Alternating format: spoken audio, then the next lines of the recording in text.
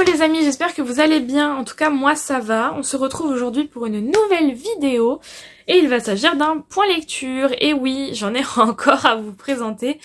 J'ai la même tenue que le précédent, mais comme je vous l'ai dit dans le précédent, j'ai plusieurs points lecture à tourner. Donc vous allez voir cette tenue plusieurs fois. Ne vous inquiétez pas, je me change. C'est juste que j'ai tout tourné le même jour. On commence du coup avec Fury, le tome 6, donc que je vous mets juste là. Parce que je l'ai lu en numérique, donc il s'agit des états d'âme d'une furie, si je dis pas de bêtises, Bureau fédéral de la magie, le tome 6, d'Annabelle Chase, chez Alter Real. J'ai adoré ce tome 6, vraiment c'était génial. Ça va être très difficile de vous en parler, je vais juste vous dire en quelques mots. Je vous ai parlé des 5 premiers, en tout cas dans les autres vidéos, donc n'hésitez pas à remonter le fil, vous allez le voir. Donc dans ce tome, on continue à voir évoluer Fury avec sa famille qui est juste loufoque, sa mère, sa grand-mère, sa tante, elles me font toutes vraiment rire. Elles sont drôles et à la fois elles adorent se foutre de la gueule de Fury et lui mettre des bâtons dans les roues, enfin c'est trop marrant. Et en même temps, elles ont qu'une envie, c'est qu'elle développe ses pouvoirs de Fury, sauf que Fury, elle a pas du tout envie de développer ses pouvoirs. Pourquoi faire ça? C'est Eden, son prénom d'ailleurs, je l'appelle Fury, mais c'est Eden. Elle a pas du tout envie que ses pouvoirs se développent. Elle est bien comme ça, elle a pas envie que le mal l'envahisse, parce qu'elle est persuadée que développer ses pouvoirs est lié au mal, de par sa génétique, hein, forcément, et d'être une furie et d'avoir de la magie noire. Mais c'est vraiment à chaque fois très drôle. Là, dans ce tome-là, on est assez embêté, hein, parce que Fury, elle va avoir un petit problème physique, je vous dirai pas quoi, mais qui va quand même vachement l'handicaper. Et elle va devoir essayer de comprendre d'où ça vient et qui lui a jeté ce sort, ou en tout cas, qu'est-ce qui s'est passé pour que cette chose immonde lui arrive. C'était vraiment très drôle. Je peux pas vous en dire beaucoup, effectivement, l'histoire continue à avancer. On est vraiment dans l'histoire fantastique et les enquêtes plutôt que la romance. Il y a une romance, mais elle arrive très tardivement. Dans les premiers, il n'y en a pas du tout, et là, ça commence, mais c'est vraiment en arrière-plan. C'est pas le principal de l'histoire. C'est vraiment plus, d'enquêter, qu'elle comprenne ses pouvoirs, etc. Voilà pour ce tome, je vous en dirai pas beaucoup plus. En tout cas, foncez vers cette série parce qu'elle est doudou. Ils sont très courts à chaque fois, on les lit en 3-4 heures grand max. Ils sont pliés. Si vous lisez vite, ça peut être même en 2h30, je pense que ça peut être plié. Ils sont dans les 200 pages à chaque fois. Moi, je passe toujours un excellent moment. C'est la lecture entre deux gros pavés qui fait du bien. Donc, n'hésitez pas à y aller. Et moi, je suis en retard parce qu'il y a le 7 et le 8 qui sont sortis. On continue avec un deuxième numérique et ensuite je vous présenterai 2 papiers. Le deuxième numérique, il s'agit de Immortal Devils de Léonie C. Andrea, le tome 1 qui s'appelle Lynn, chez Sharon Kenna. Je l'ai eu en service presse par la maison d'édition que je remercie et j'ai adoré, c'était génialissime, vraiment une romance de bikers comme on les aime. J'ai été emportée de A à Z, vraiment. Je l'ai bouffé, c'était trop bien. On suit donc Lynn, qui est une jeune femme assez lambda, qui vit avec ses parents, qui va plus ou moins se chamailler avec eux au début du récit. Et en fait, après s'être chamaillé avec eux, ils vont monter en voiture, partir en voiture et avoir un accident. De cet accident, ils ne vont pas survivre, il y a que Lynn qui va survivre à cet accident. Pour moi, c'est important de vous en parler. Je sais que c'est pas forcément précisé dans le résumé, mais ça explique la suite et c'est vraiment les premières pages. Alors si je vous le dis pas, pour moi, ça manque. Donc voilà, elle va devoir survivre à ça et aller à l'hôpital évidemment parce qu'elle aura quelques séquelles, mais qui sont vraiment légères par rapport au décès de ses parents. Et forcément à l'hôpital on va lui conseiller de suivre une psychothérapie ou de voir un psychiatre parce que vraiment c'est quelque chose de choquant qui va lui rester à vie. Elle va donc aller voir ce fameux psychiatre ou psychologue, je ne sais plus, l'un des deux. Et en fait il fonctionne d'une telle manière que c'est des groupes de personnes qui ont vécu des choses difficiles et dans ces groupes de personnes elle va rencontrer Max. Max qui lui a un vécu difficile mais de par plutôt parce qu'il a eu de la prison, il a volé, etc. Enfin voilà, plutôt délinquant, on va dire, qui a son caractère hein, assez fort quand même, mais on sent tout de suite qu'un lien ni amical, ni amoureux, on sait pas trop, va se lier entre les deux personnages. Et en fait, donc quand ses parents vont décéder, Aline, elle va devoir aller vivre chez son oncle et sa tante. Oncle et sa tante qui sont juste horribles. Je vous laisserai découvrir ce qui va se passer avec notamment son oncle. Là aussi trigger, même si léger trigger. Franchement, il y a rien de décrit. Pour qui c'est vraiment trigger, je peux vous le dire. Mais enfin, rien à voir avec Dark Soul que je dis là aussi, mais en fait, c'est dans la précédente vidéo, donc vous allez pas comprendre. Je dis là aussi trigger parce que juste avant, j'ai tourné Dark Soul, où là, pour moi, c'est un plus gros trigger qu'ici. Bref, passons l'étape trigger. Et donc, il va se passer des choses pas clean, elle va pas vouloir rentrer chez elle, voilà, le soir. Et quand Max va comprendre ce qui s'est passé, il va littéralement tabasser son oncle devant elle. Donc là, un tournant va... Enfin, voilà, leur histoire va prendre un tournant parce que elle va comprendre qu'il est plus attaché à elle que ce qu'elle pensait. Et vice-versa.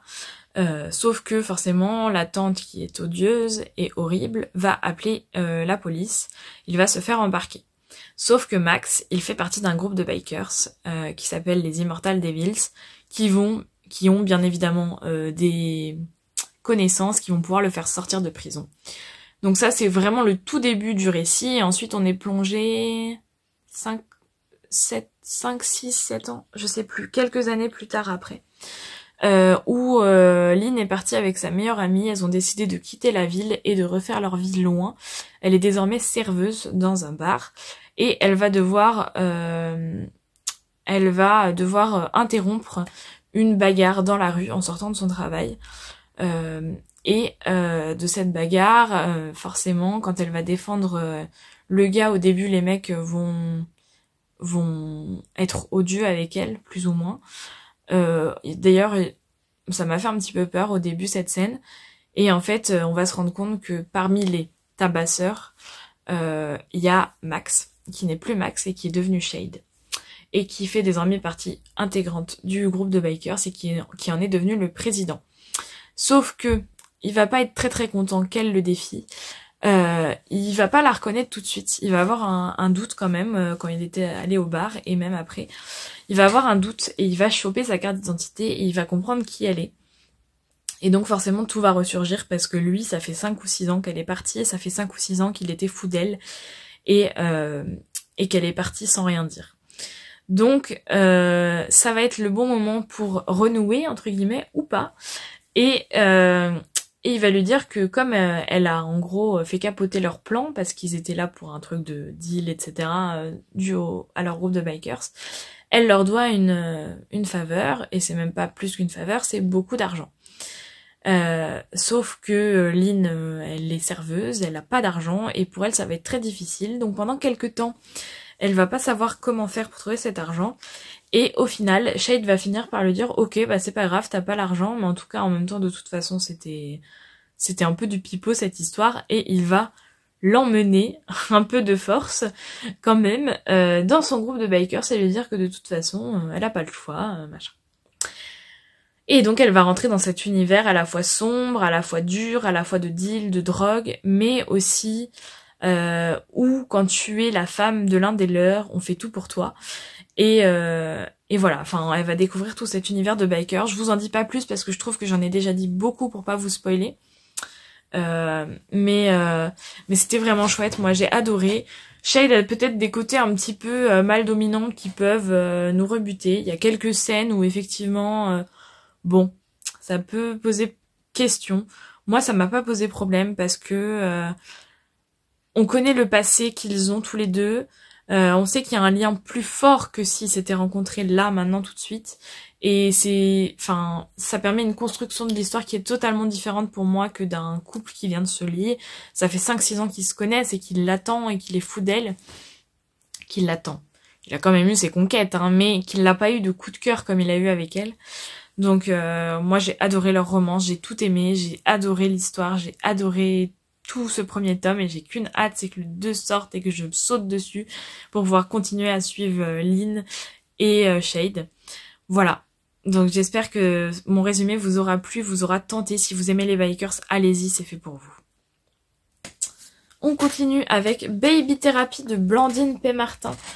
Trop bien, j'ai juste adoré. J'adore tout ce que fait Blandine et là encore elle m'a emportée. Dans cette histoire, on suit Octavia, c'est ça, on suit Octavia qui est une jeune femme un peu déçue par les hommes et puis qui est célibataire. Elle va décider donc de faire une PMA et d'avoir un bébé toute seule. Au début, elle va pas forcément en parler autour d'elle et puis au fur et à mesure, elle va commencer à en parler. Sauf que souvent dans ces démarches-là, il y a un suivi psychologique qui est fait et là du coup, Octavia va être suivie par un psychologue qui s'appelle Maxence, donc Max aussi. J'avais peur de me tromper, mais voilà, qui s'appelle Maxence. Et de séance en séance, il va forcément lui faire remonter des choses pas toujours très bonnes et en même temps, on va la suivre évoluer dans cette grossesse solo. Et Maxence va lui proposer un pacte parce que ça fait des années et des années que sa maman aimerait qu'il soit avec quelqu'un et sa maman est en fin de vie. Donc il va proposer à Octavia de jouer sa femme et en même temps, lui, il lui fait des consultations gratuites de psychothérapie.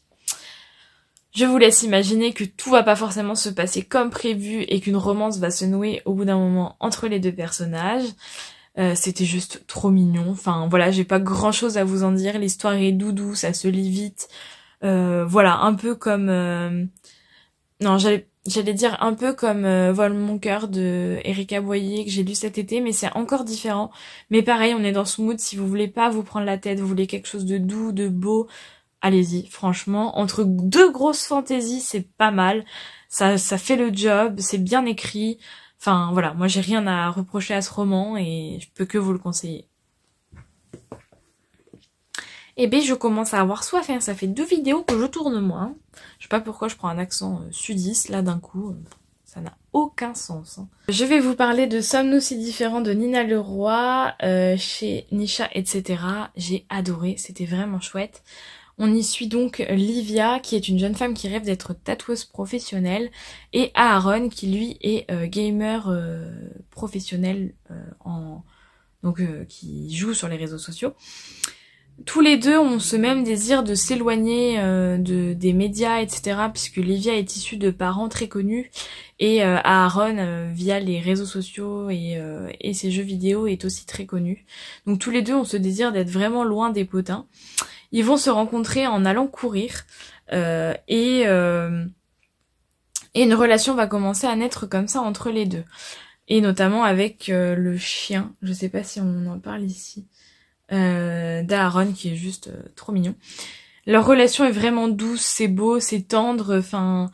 J'ai pas grand chose à en dire parce qu'il se passe pas énormément de choses, on suit un peu leur quotidien. Il y a quand même Aaron qui a un problème avec son ex-femme et qui est plus ou moins en procès avec elle, qui dit n'importe quoi sur lui sur les réseaux et tout. Donc on suit également ça, mais voilà, ça reste tout doux, tout mignon. J'ai vraiment pas grand chose à en dire sur le scénario parce qu'il y a rien d'extraordinaire, mais j'ai passé un excellent moment. Ce qui est marquant dans cette romance, c'est les personnages qui sont ultra attachants et la plume qui est toute légère et agréable. Voilà, je peux pas vous en dire beaucoup plus, c'était une très bonne lecture, c'est pas un coup de cœur, mais c'était une très bonne lecture et je peux que vous recommander d'y aller si vous cherchez quelque chose de tout mignon.